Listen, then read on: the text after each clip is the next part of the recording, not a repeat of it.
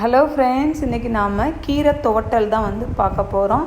இதுக்கு நான் முருங்கைக்கீரை வந்து வாங்கியிருக்கேங்க. இந்த கீரை வந்து நம்ம ஊர்லெலாம் இருக்கும்போது நம்ம வந்து சமைக்கவே மாட்டோம். ஆனால் இங்கே வந்து எவ்வளோ ரூபாய் காசு கொடுத்து இதை வாங்குகிறோம் அப்படின்னு பாருங்கள். இது விலை வந்து 140 ரூபா. நம்புவீங்களா? ஒரு கைப்பிடி வந்துட்டு நம்மளுக்கு வந்து ஒரு கைப்பிடி அளவுக்கு தான் அந்த கீரையே வந்து இருந்தது. இதை பார்த்துட்டு ரொம்ப வந்து ஷாக்கிங்காக வந்து இருந்தது. இதை எப்படி பண்ணலாம் அப்படிங்கிறத பார்த்துடலாம். இதுக்கு நம்ம ஒரு கைப்பிடி அளவுக்கு பாசிப்பருப்பு இருக்கு இல்லையா, அதை எடுத்து நல்லா வந்து கழுவி அதுலேயே கொஞ்சமாக வந்து தண்ணி போட்டுடலாம். நிறையா வந்து தண்ணி போடக்கூடாது ஃப்ரெண்ட்ஸ். அதுலேயே வந்து நம்ம அந்த கழுவிய ஒரு கைப்பிடி கீரையை அதை வந்துட்டு போட்டுடலாம். இவ்வளோ காசு கொடுத்து நம்ம வாங்கி சாப்பிடணுமா அப்படின்னு தானே கேட்குறீங்க? ஹெல்த்தியாக இருந்தால் எதையுமே வந்து வாங்கி தான் வந்து சாப்பிடணும். அது வேறு விஷயம். அது எவ்வளோ காசாக இருந்தாலும் வாங்கி தான் வந்து ஆகணும். இதுக்கு தான் நான் சொல்கிறேன். ஊரில் வந்து இருக்கும்போதே நீங்கள் வந்து அதை நல்லபடியாக யூஸ் பண்ணிக்கிறீங்க. வெளியே போய் நம்ம வந்து பார்க்குறப்ப தான் தெரியும் இதனுடைய விலை வந்து அவ்வளோ காசுன்னு. இதில் வந்து கொஞ்சமாக வந்து உப்பு போட்டு கொஞ்சம் வந்து மஞ்சத்தூள் போட்டு ஒரு 4 விசில் போட்டு இந்த மாதிரி வந்து எடுத்துக்கலாம். இது வந்து சீக்கிரம் வந்து குழையாது. ஸோ 4 விசில் போட்டு எடுத்துக்கிறேங்க.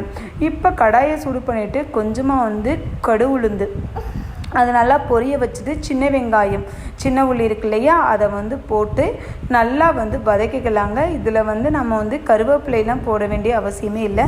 ஏன்னா நம்மளுக்கு வந்துட்டு இந்த முருங்கைக்கீரையை வந்து பச்சை கலரில் இருக்கனால கருவேப்பிலையை வந்து ஆட் பண்ண வேண்டியதில்லை. இங்கே வந்து கருவேப்பிலையும் அதோட ஜாஸ்தி, அதுக்காக தான் வந்து அது கூட நான் வந்து ஆட் பண்ணலை. இதிலேயே வந்துட்டு 2 பட்டை மிளகா வந்து பிச்சு போட்டுட்டு நம்ம வந்துட்டு அவிச்சு வச்சோம் இல்லையா கீரை, அதை வந்து அப்படியே போட்டு அதில் கொஞ்சம் நேரம் வந்து கொதிக்க விடுங்க. அந்த தண்ணியெல்லாம் வந்து நல்லா வத்துட்டும். இதுக்கு வந்து சோடா மாவு எதுவுமே வந்து போட வேண்டிய அவசியமே கிடையாது. இது நல்லா வந்து ட்ரை ஆகிற வரைக்கும் நீங்கள் வெயிட் பண்ணுங்கள். சூப்பராக உதிரியாக வந்து இருக்குங்க இந்த கீரை.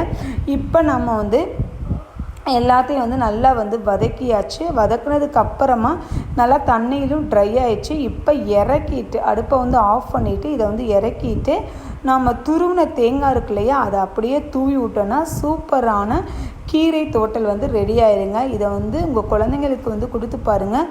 இன்னும் வேணும்னு சொல்கிற அளவுக்கு சாப்பிடுவாங்க. வீடியோ பிடிச்சிருந்தது அப்படின்னா மறக்காமல் லைக் பண்ணுங்கள், ஷேர் பண்ணுங்கள், கமெண்ட் பண்ணுங்கள், சப்ஸ்கிரைப் பண்ணிடுங்க. இதே மாதிரி ஹெல்த்தி வீடியோ நாளைக்கு நம்ம பார்க்கலாம். பாருங்கள், நல்லா உதிரியாக நல்லா சூப்பராக வந்து ரெடி ஆயிடுச்சு. ஓகே, பாய்.